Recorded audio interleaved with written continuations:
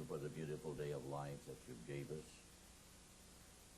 And we pray that, God, your blessings and anointing will rest upon our lives this day. For we've gathered for a purpose, Lord, and that is to be able to draw nigh to you, that you would inspire our minds and hearts and give us a more clear picture of the things that are getting ready to transpire in this world. We know, Lord, that you will not leave us in darkness if we're willing to walk in light. So we thank you this day for the grace that's brought us through life thus far. Now, Lord, anoint each and every heart and mind.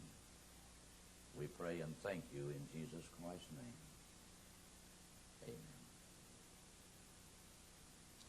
You may be seated.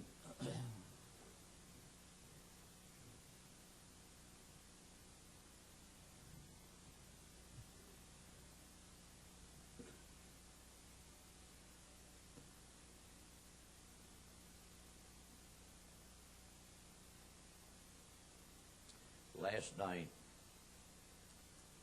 we was in Zechariah.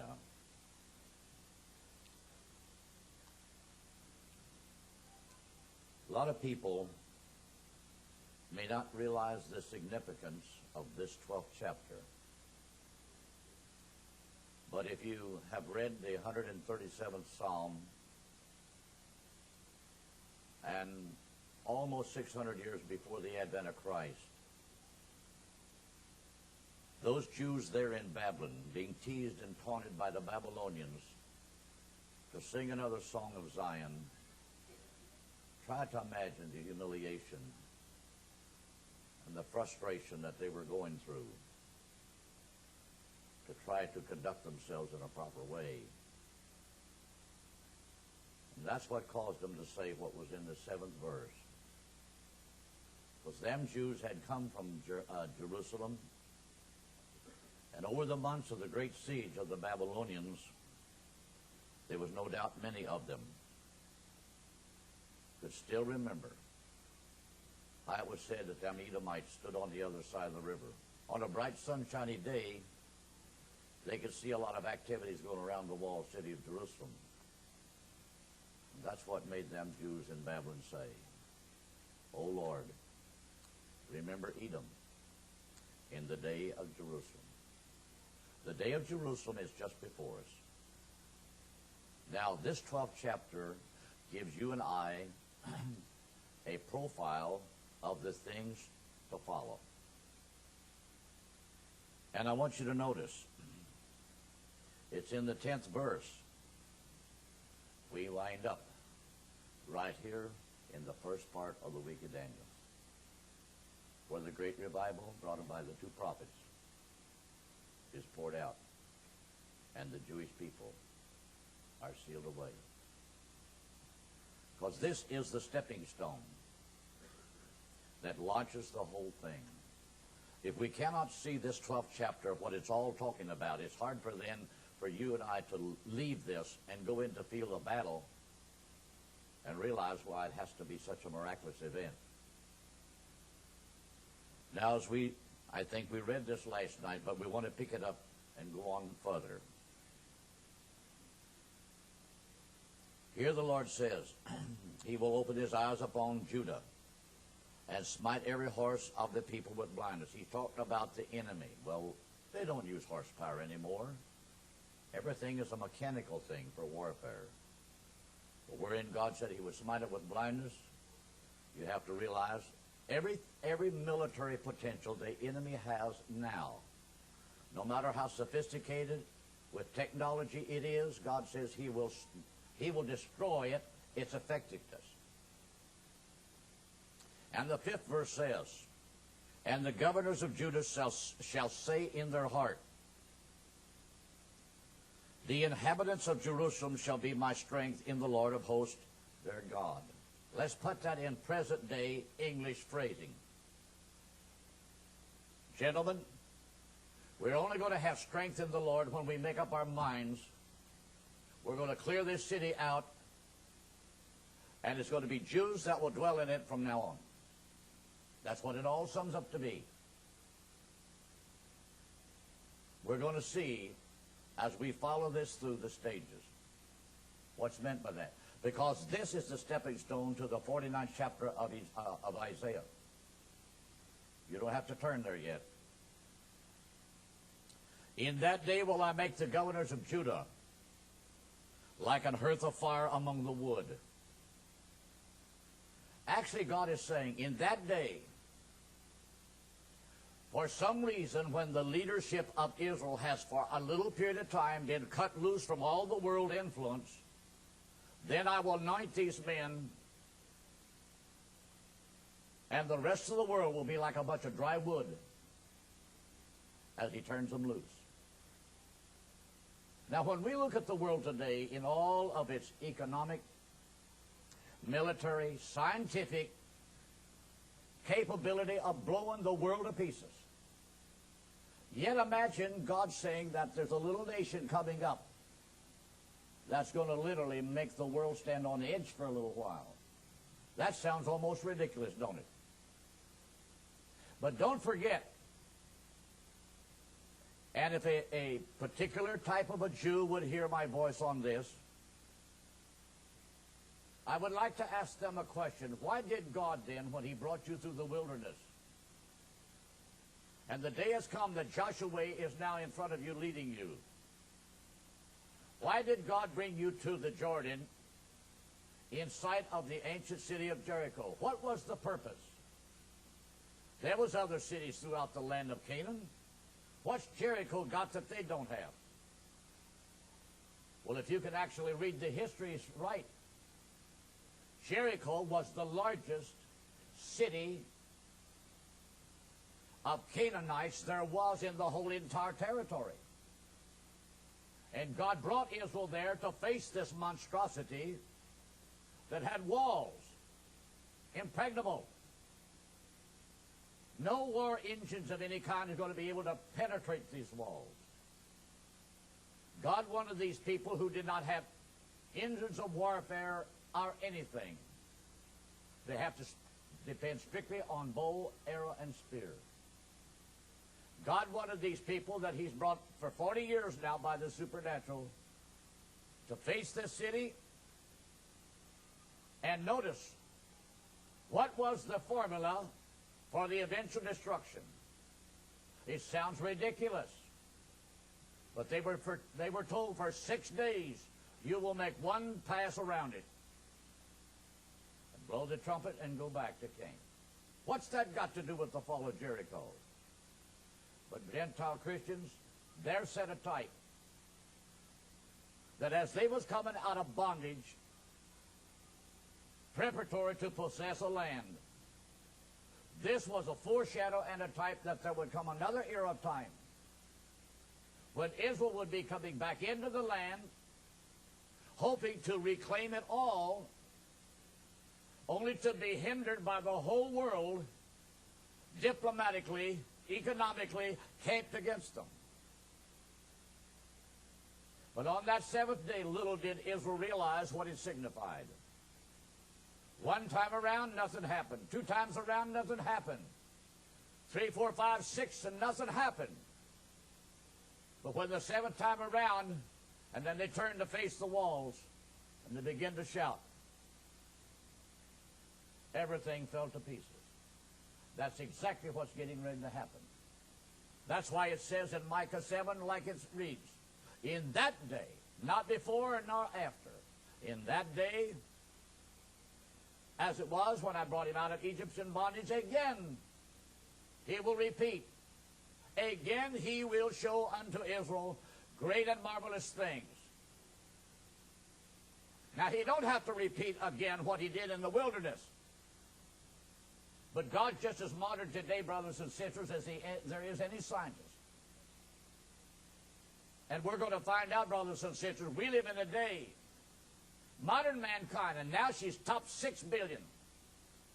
What a pile of human flesh on this planet.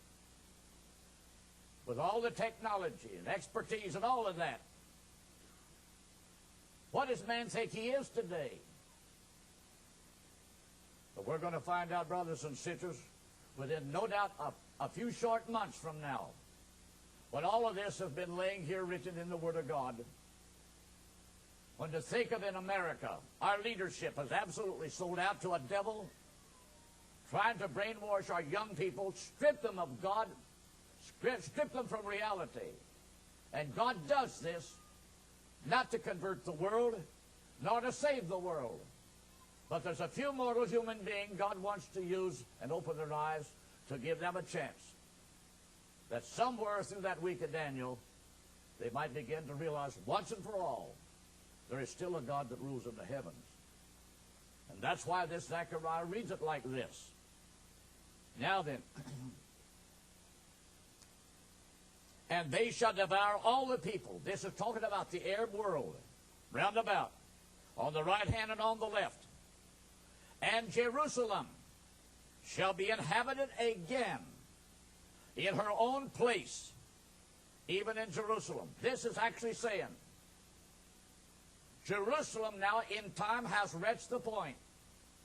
She's going to be inhabited by Jewish people, not three-fourths Palestinian and a Jewish quarter. I've been there, brothers and sisters. The old city, Jerusalem, basically is a city controlled. Its stores, its markets are basically Arab. But the old city looks like an ancient, rundown antique.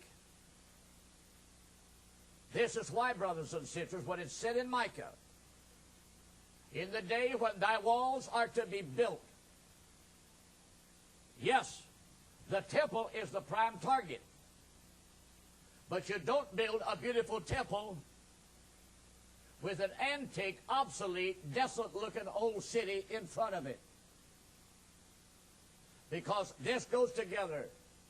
It's God's way of using the Jewish nation to get this whole thing ready for the coming of the Messiah, because Jerusalem will be the earth's capital in the millennium.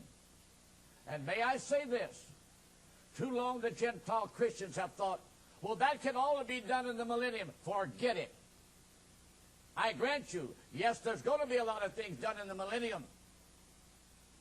But God's going to do some things even before it starts to show you that he still rules this thing.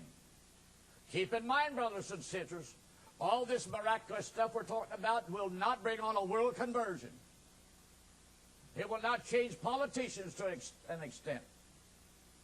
But it will open some eyes and some hearts. And as we go along with this message, we're going to see how God is still the God that says, I can put up, I can put down, I can exalt, and I can abase. Anytime he wants to, he can do as he pleases. Now, we drop down in the 7th verse. The Lord also shall save the tents of Judah first. When we look back at the 6-day war, in 6 days, Israel had taken the whole Gaza Strip. That was the ancient land of the Philistines. That housed the ancient cities of Ashdod.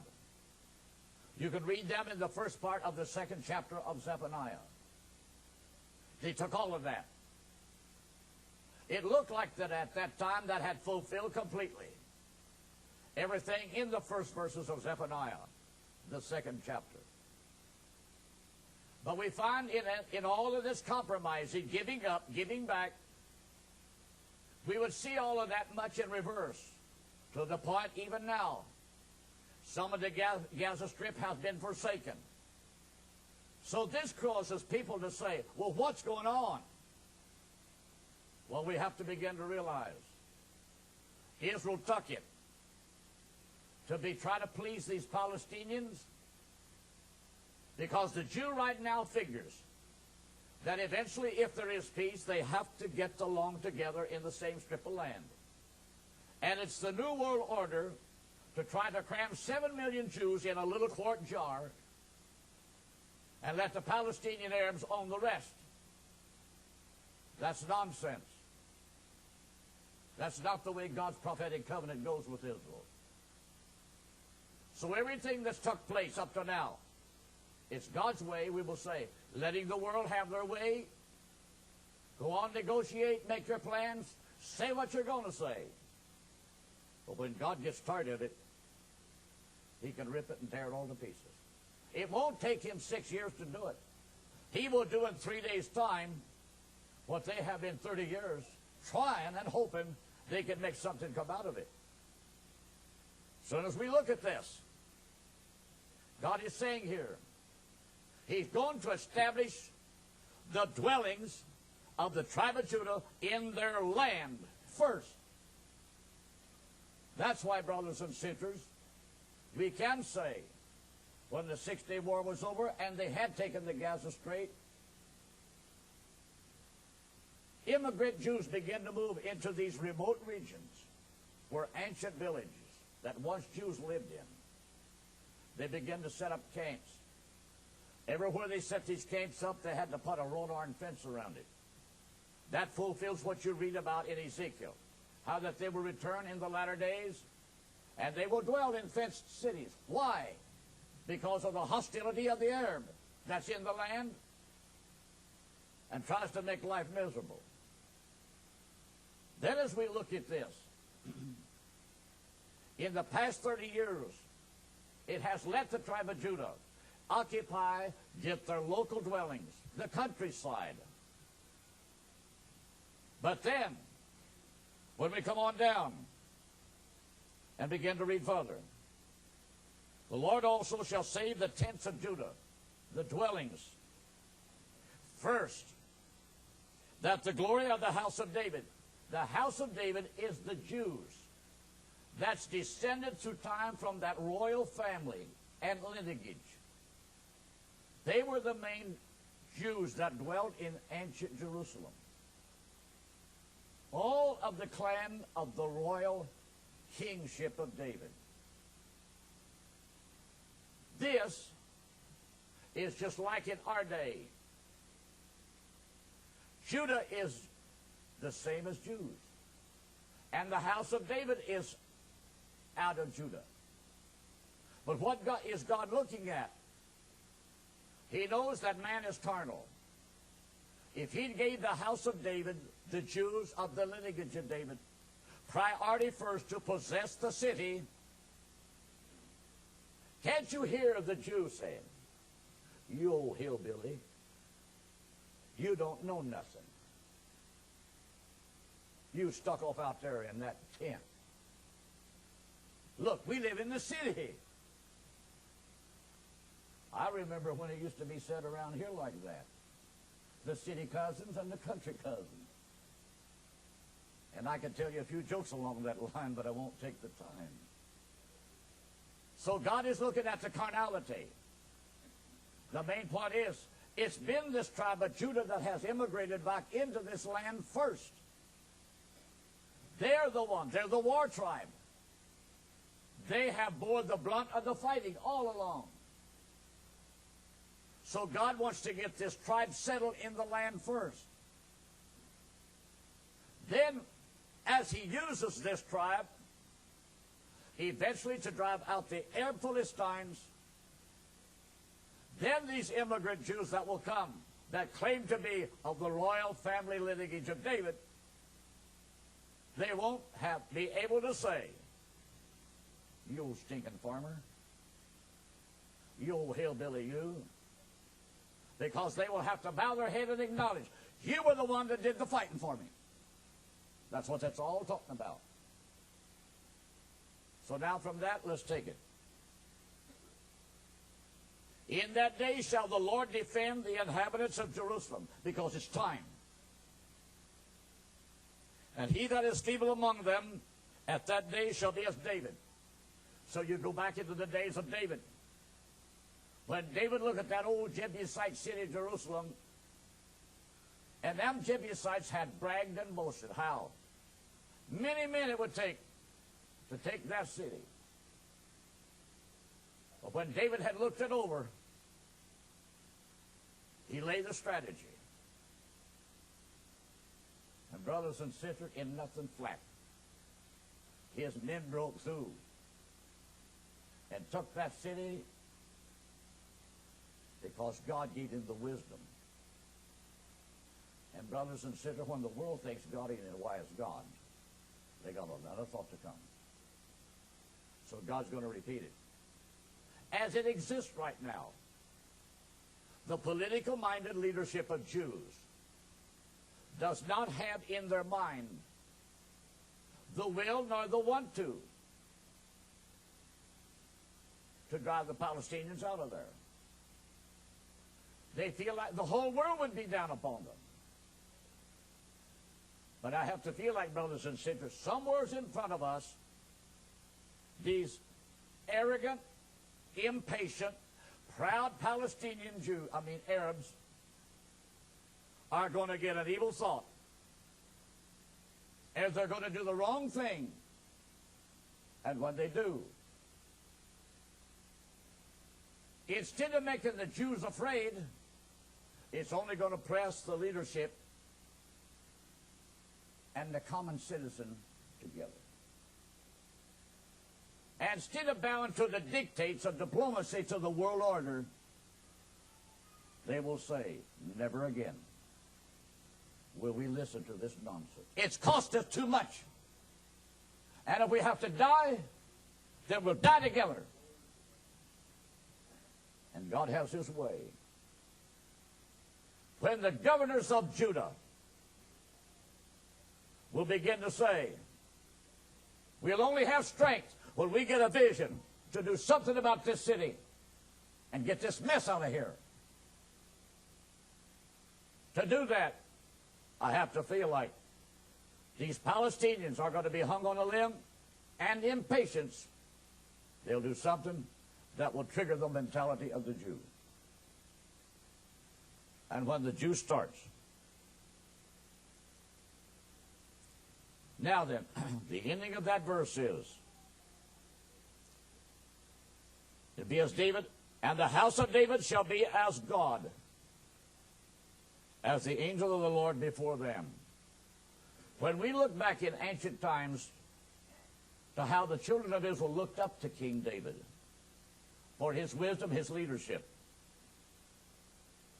they couldn't see God, but they could see a man who stood before them that God directed and led. And they could not help but realize God's with that man. Or look where it's brought us to. Again, it will repeat itself.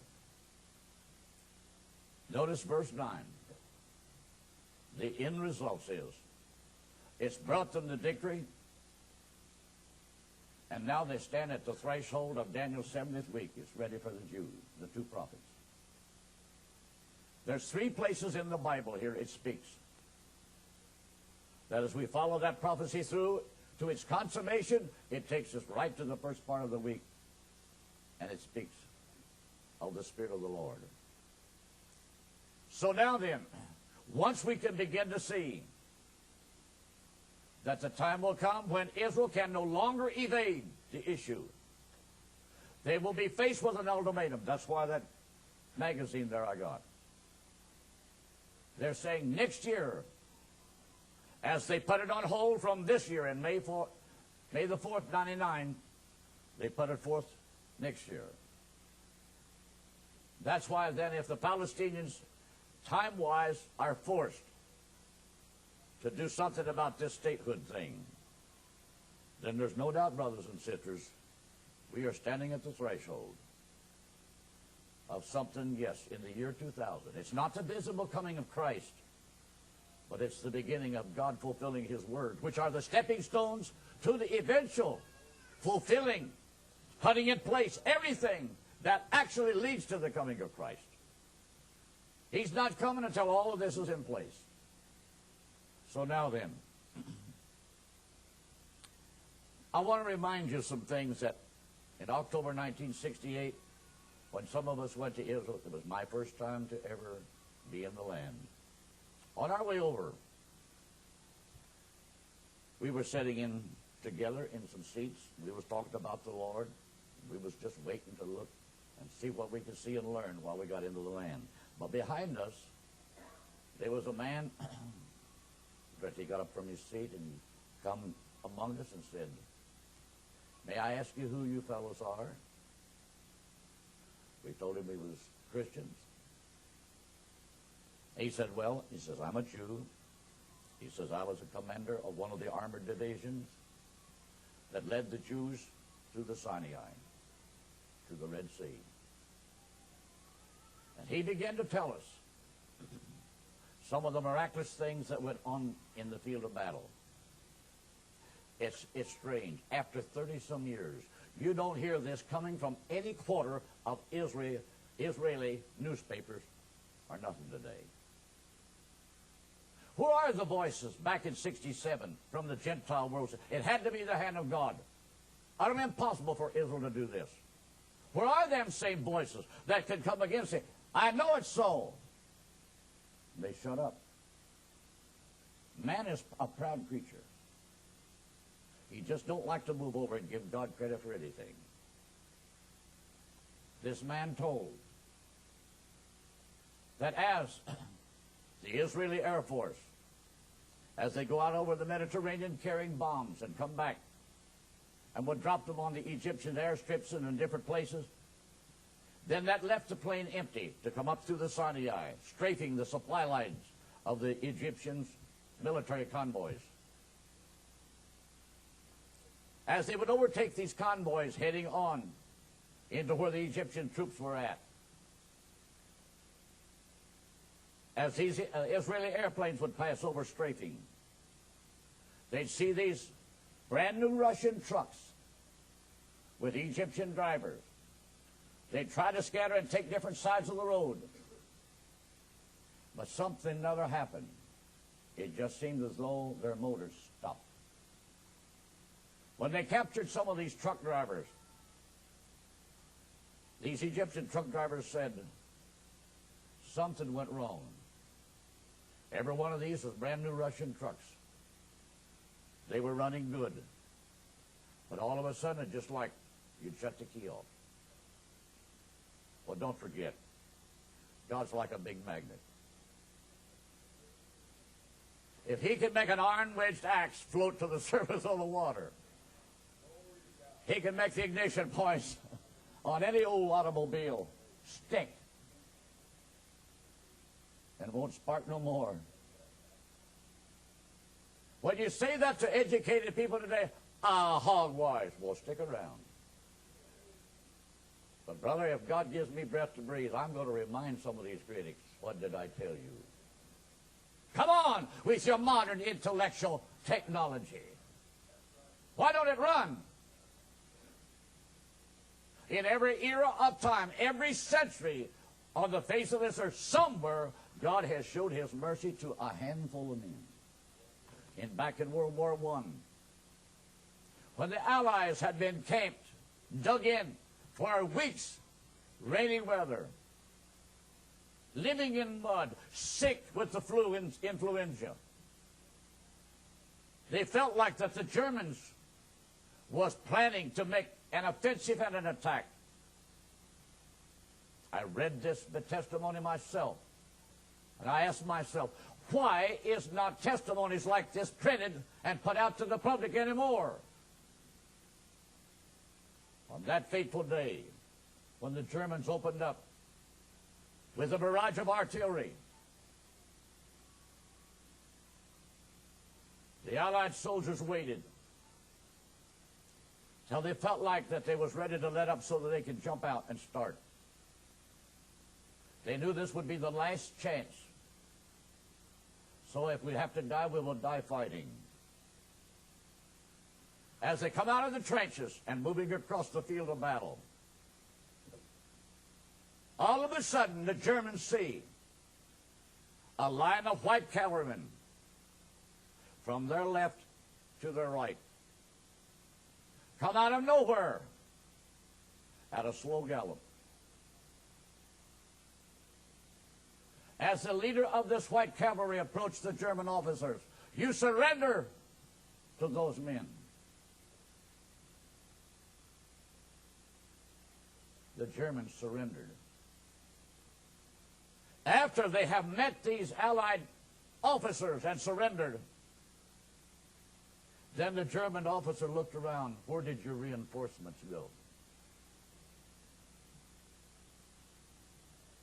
Oh, come on, Jackson. Stop telling us stories like this. Stick around.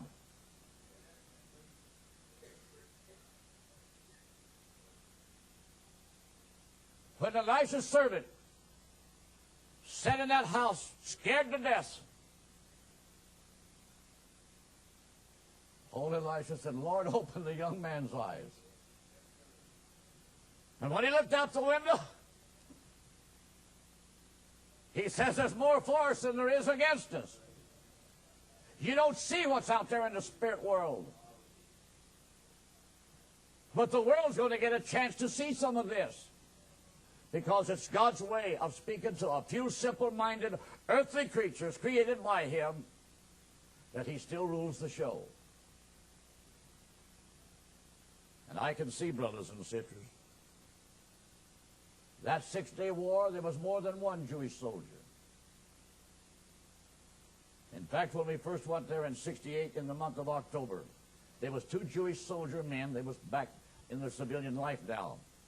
They were our guides, and they took us. We like these young fellows. Once in a while, we bring up something about the Lord.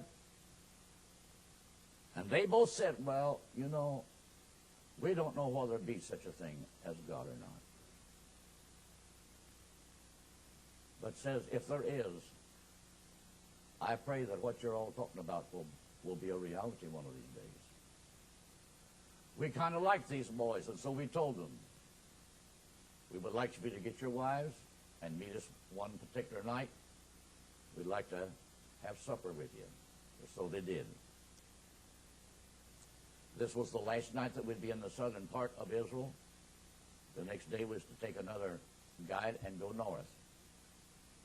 Sitting in the restaurant after we got done eating, we withdrew ourselves over into the lobby area and sat down there and just began to talk.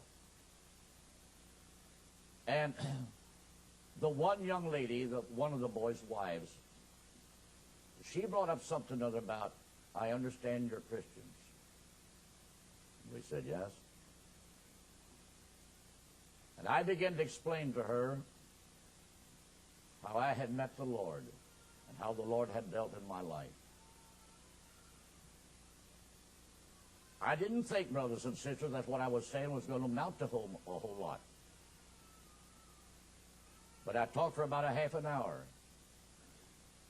And directly I noticed tears begin to come into her eyes. When I felt like I was done talking, then the wives said to their husband, let's go. So they got up and began to slowly move out of that lobby area into the corridor leading outside. But directly the one young man came back to me. And he said, my wife wants to say something to you. So I went with him out there, and she was still crying. Tears was coming out of her eyes. And she said, I don't know what it is, but when you was talking about the Lord, she said, something got all over me. I've never felt like this before, and I still feel this way. I want you to pray for me.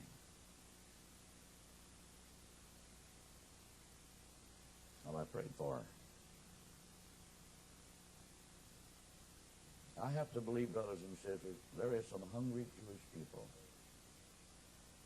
They've been tossed from pillar to post.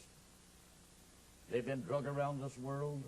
They've been shamed, humiliated, sold out, betrayed, treated like they're nothing but trash of the world.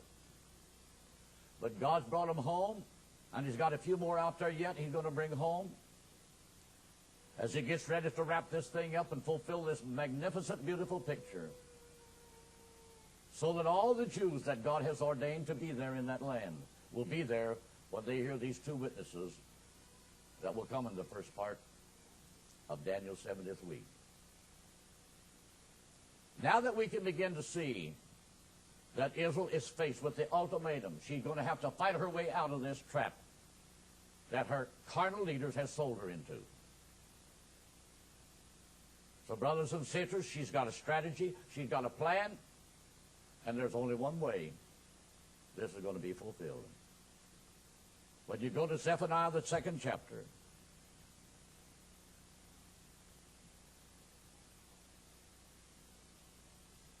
I'm going to read this fast. We're starting it in the 4th verse.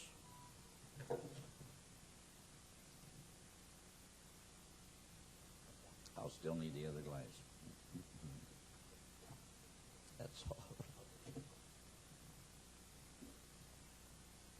For Gaza, that's the ancient spot of the Philistines, shall be forsaken, and Ashkelon, that's an ancient city, a desolation.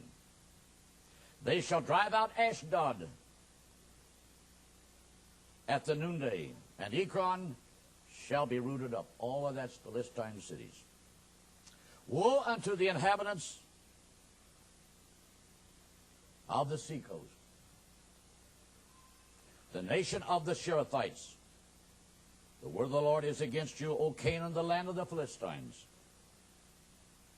I will even destroy thee, that there shall be no inhabitant. And the seacoast shall be a dwellings and cottages for sheepherds and folds for flocks. That's the finished promise. It's for the Jewish people.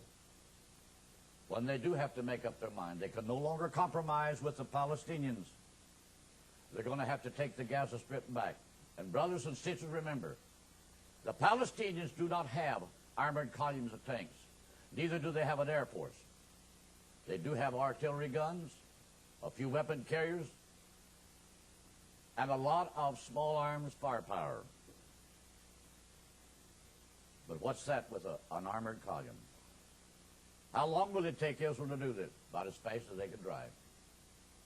Because brothers and sisters, with fighter planes and bombers overhead, they'll blow their way right through. The Palestinians doesn't realize, but this time when it starts, the world is going to begin to see a slaughter take place in the Middle East, and it might begin to look like it's a Holocaust in reverse. And there's no doubt you'll hear some Gentiles say, oh, that's inhumane. Forget it.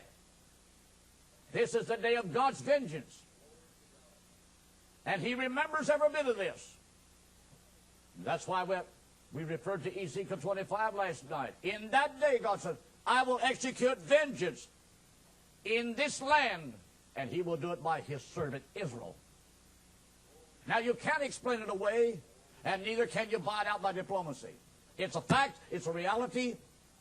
And when Balaam had to prophesy and told Balak, come here, I'll show you what these people are going to do to your people in the latter days, not in the Middle Ages.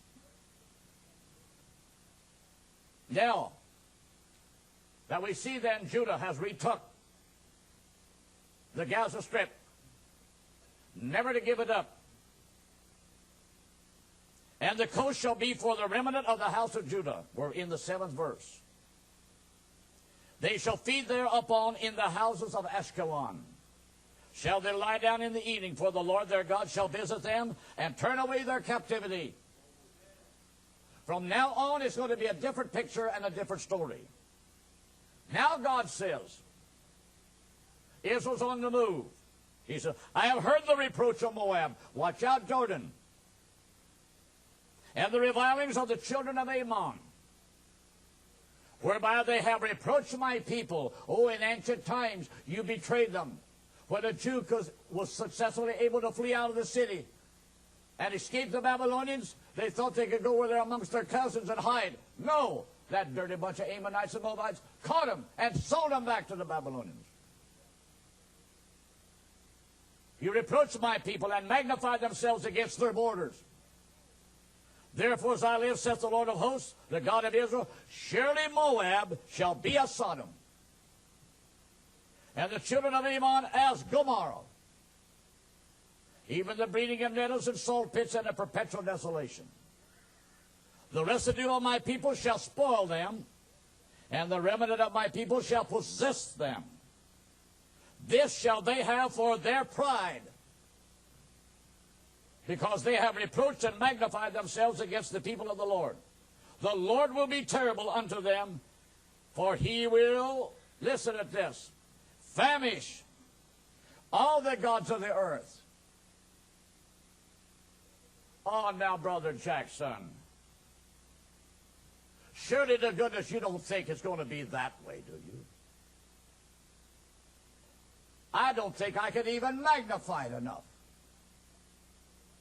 If Micah says, the nations shall see and be confounded and ashamed at all their might, when they behold what God has done in the midst of Israel. Let's go halfway around the world. Let's go to the Orient. I can see little young Buddhist boys, young Hindus. Some of them have been probably going into college, taking a course in some kind of constructive engineering. They have successfully aimed to better their lifestyle, their means of livelihood. So they want an education to help to bring this about. When all of a sudden, this thing breaks out in the Middle East and these young fellows begin to watch this, how they begin to see the power of God. And brothers and sisters, I can almost hear young Jewish men say, I've never saw anything in my life like it.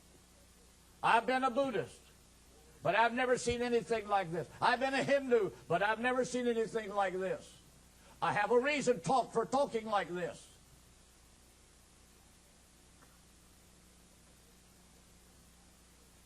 Young men.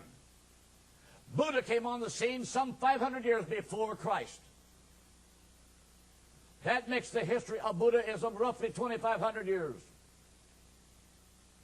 It's spread all over the Eastern Orient.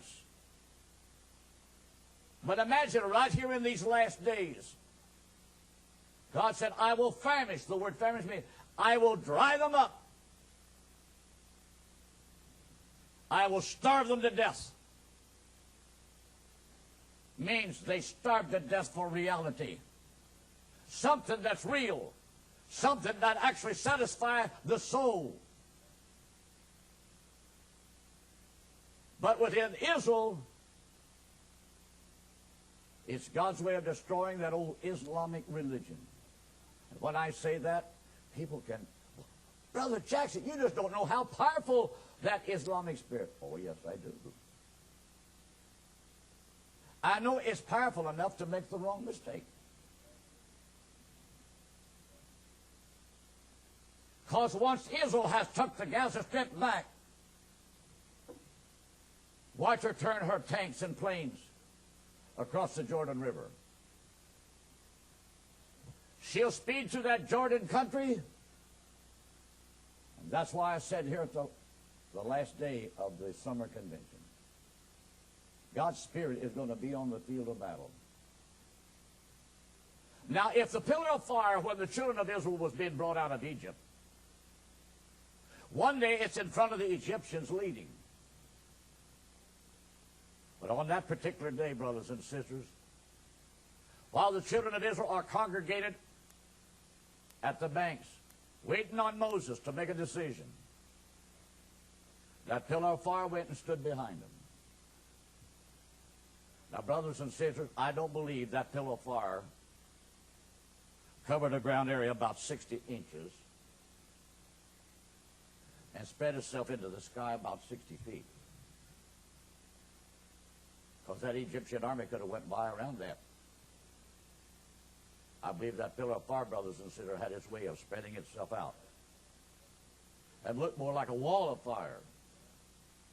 Whatever he did then to scare them and keep them Egyptians back, he's still the same God, and he don't care what kind of planes you've got, what kind of tanks you've got. And that's why I have to believe, brothers and sisters, as Israel plans her strategy, God is going to be in the roadway that every oppressor would try to, we will say, approach Israel.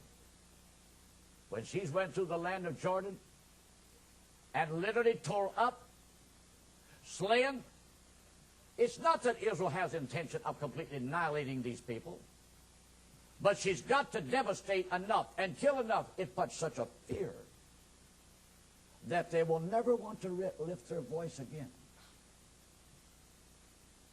And I have to believe when they have destroyed the Ammonites and the Moabites and the Edomites is the last on their way into Egypt.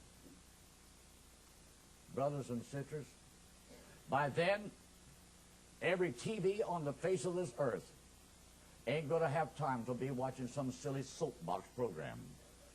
They're going to have it tuned in on every network of news, and God's going to fill them picture tubes so full of dramatic events. And as Israel reaches the regions of Egypt, that's why, brothers and sisters, go to the 11th chapter of Isaiah.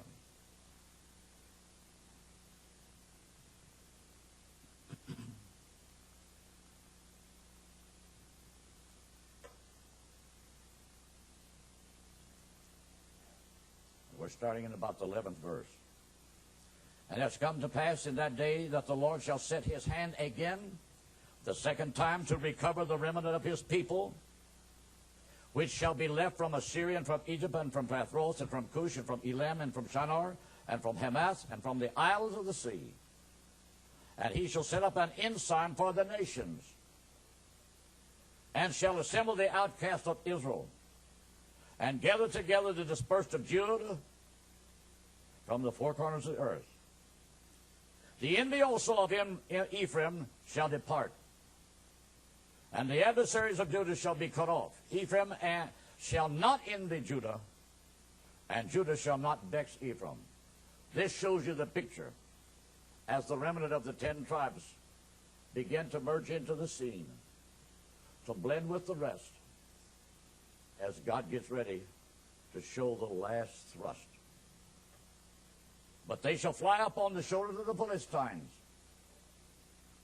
They do it first. Towards the west they shall spoil them of the east together. They shall lay their hand upon Edom and Moab, and the children of Ammon shall obey them. And the Lord shall utterly destroy the tongue of the Egyptian sea. The tongue of the Egyptian sea is the Nile River. If you've kept up with the daily news, it's been going on for about 12 to 15 years. There's been a dark cloud of drought. It's fluctuated from Kenya to the Sudan, Ethiopia. And Ethiopia is the plateau regions of Africa that drains into the Nile River.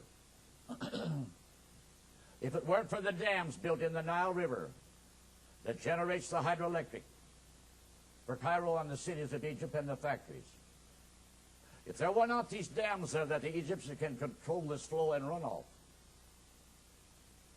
it's very possible that the Nile could be very low right now. But as that dark cloud has fluctuated, come into South Africa, it just goes backwards and forwards. That's why, brothers and sisters, we sent troops to Somalia a few years ago to help lift that nation out of its starvation, all because of the drought. That's also why there was an airlift of thousands of Jews out of the country of Ethiopia. They come out to the Sudan. They were starving to death because of this drought condition. That keeps hanging in that region. And it lets me know prophetic-wise that as this reaches its final era of time, God's going to cause that whole area of North Africa to literally go into a terrible drought. And the Nile River, the delta, will dry up in its 7 streams and make men go over dry shod. And there shall be an highway for the remnant of his people. No, nobody's going to make a highway. But there was a way made through the wilderness, all the way from the Red Sea to the crossing of the Jordan. A highway with God is God's supernatural way of leading a people through circumstances and situations that seems like it's utterly impossible. He made a highway. Now, let's take that, brothers and sisters, and move right into the 19th chapter, because we're dealing with Egypt.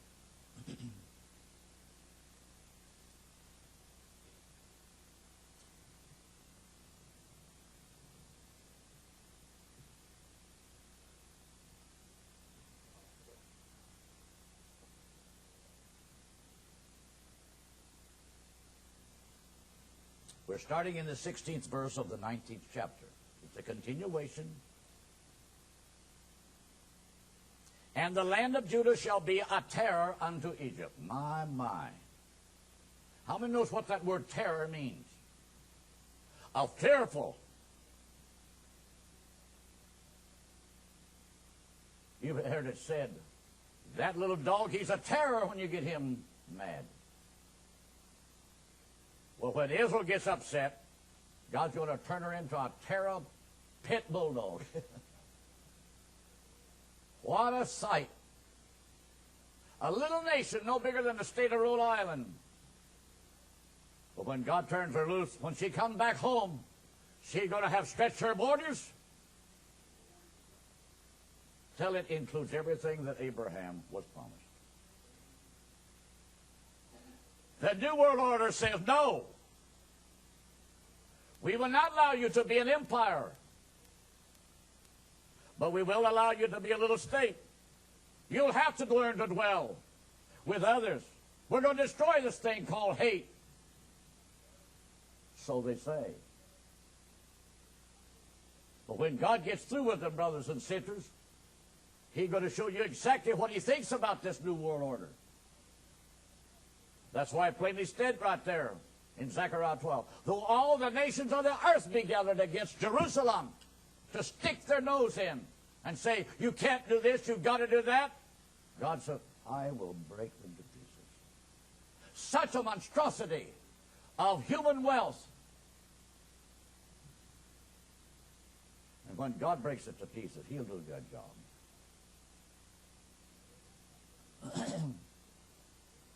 Yes, everyone that maketh mention thereof shall be afraid in himself, because of the counsel of the Lord of hosts, which He hath determined. It's God's mind against it. In that day, now the end result is, watch this. Here comes through the Sinai that Israeli army. Wave after wave of airplanes. Going over the airfields of Egypt, ripping and tearing them to pieces. And the Egyptian military is scared to death.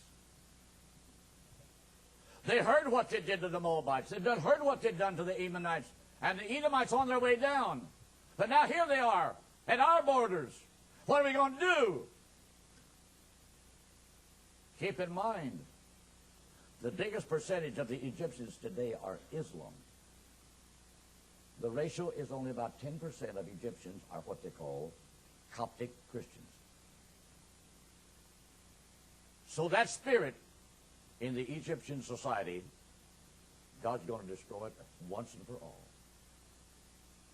Because if that Israeli military force comes in, it's going to hit Egypt with such a devastational blow. For whatever time it takes Israel to accomplish this, when the results is done, I hear Egyptian men say, I never saw it like this. Where's our Allah? Their Allah didn't answer them. But the Elohim of Israel is looking right at them. And the Egyptians are going to say, now I know that their God is right. Let me tell you, brothers and sisters, what this Jewish man that was on this LI plane said. When the 6-Day War was over, he was also a president of a bank in the city in the north by the name of Safed. After the war was over, one day, unbeknownst to what was taking place, an Arab from the city of Damascus, Syria, came to Safed, came to this bank, and said, I want to talk to the president of your bank. This man's name was Mir Mirbar. He was a general. He told the clerk to send him in. In came this Syrian Arab with a briefcase. He sat down, introduced himself. He was a wealthy man. He says, I'm from the city of Damascus. He says, I have considerable wealth. But after this war, he says, I have Saul. There's no way we can ever win the end conflict. I know that your nation is on the rise. And I want to put my money where it'll do some good.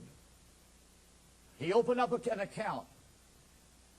The president of the bank didn't tell us how much it was, but it was a briefcase full of money. Think of it. He took it out of a bank of his own nationality and brought it to an Israeli bank and said, I want to put it where it'll do some good. Now, if that could happen to one lone Arab that for some reason or other saw something develop in the Six-Day War, what do you think, brothers and sisters, God can do to masses when a war of this nature that's not destined to end by just crossing the Jordan River? It's not going to end until Israel is compelled to knock that whole Arab world and destroy and kill that Islamic spirit. Because as long as that spirit is alive, and as long as it's allowed to influence the Arab people, which are cousins to Israel, Israel will always have problems. But when you read the rest of this, brothers and sisters, look what the end result becomes. In that day shall 5 cities in the land of Egypt speak the language of Canaan. Now that don't mean Egyptians want to learn how to speak the ancient Canaanite dialect. No. It's Egyptians wanting to say, look, I'm going to learn how to talk in Hebrew.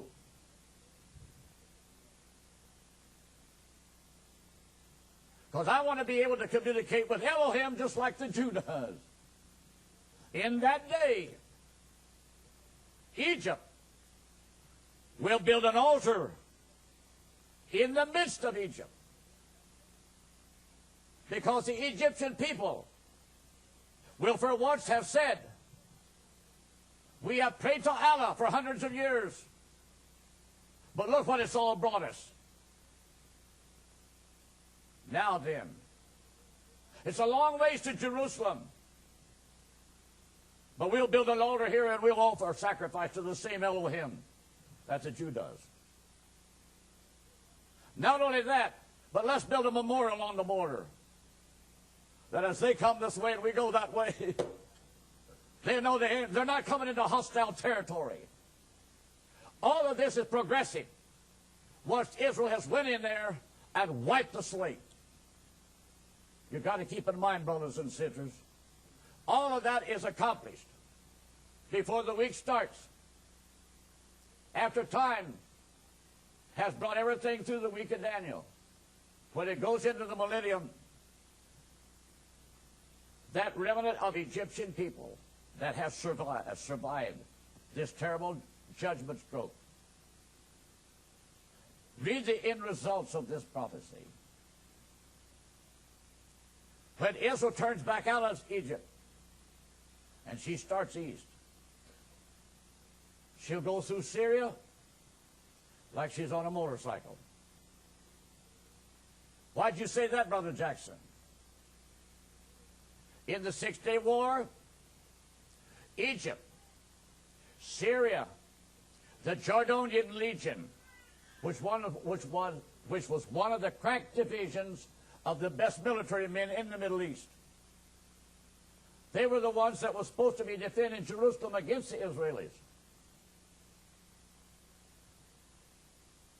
This General Mirbar told us, before the war started, we calculated that we would suffer 10,000 casualties. We already started building wooden coffins. When the war was over, there was not one civilian casualty and a small number of Israeli soldiers. That lets you know, brothers and sisters, when God gets into the affair, it never turns out like modern man thinks. So as she heads east,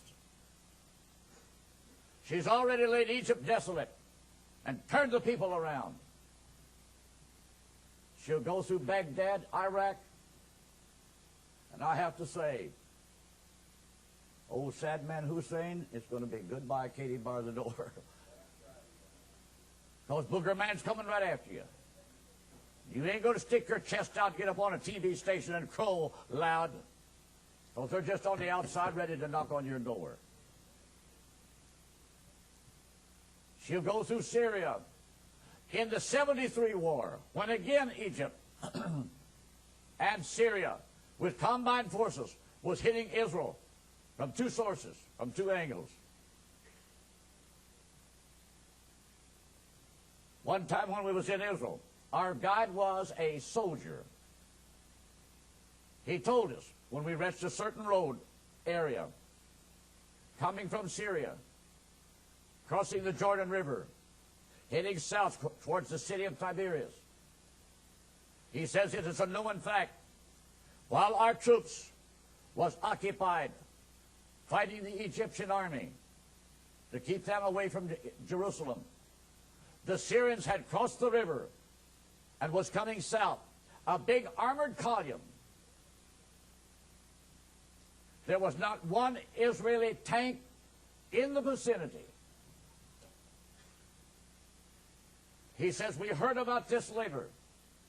All of a sudden, he said the lead tank with the commanding officer in it. He says to some of his key men, he says, you know what?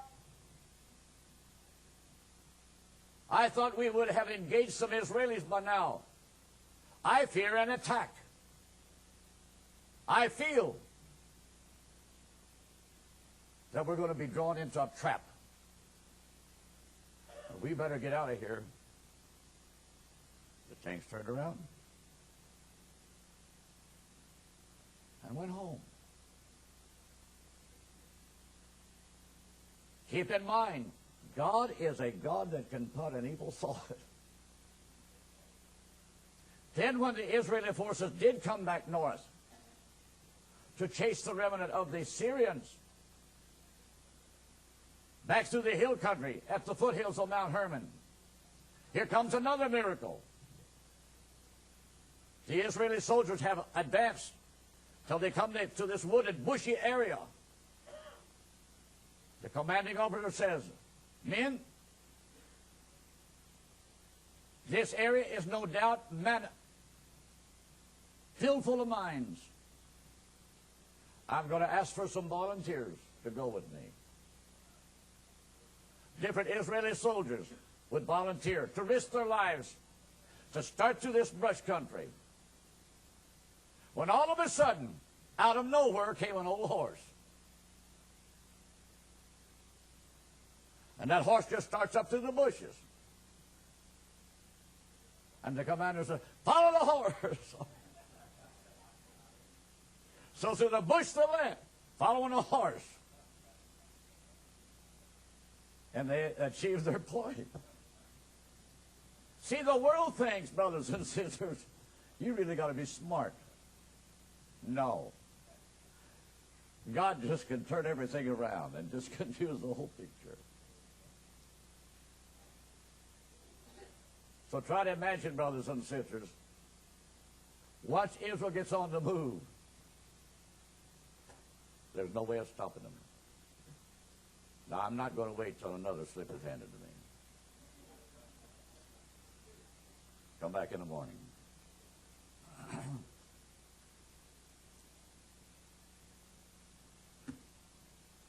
Heavenly Father, I pray now in the name of Jesus Christ, take this and use it, Lord. You be glorified. Lord, we're just earthly clay. Just use our mind and lips to cause things to be said that God will give the heart of your people a feeling of confidence.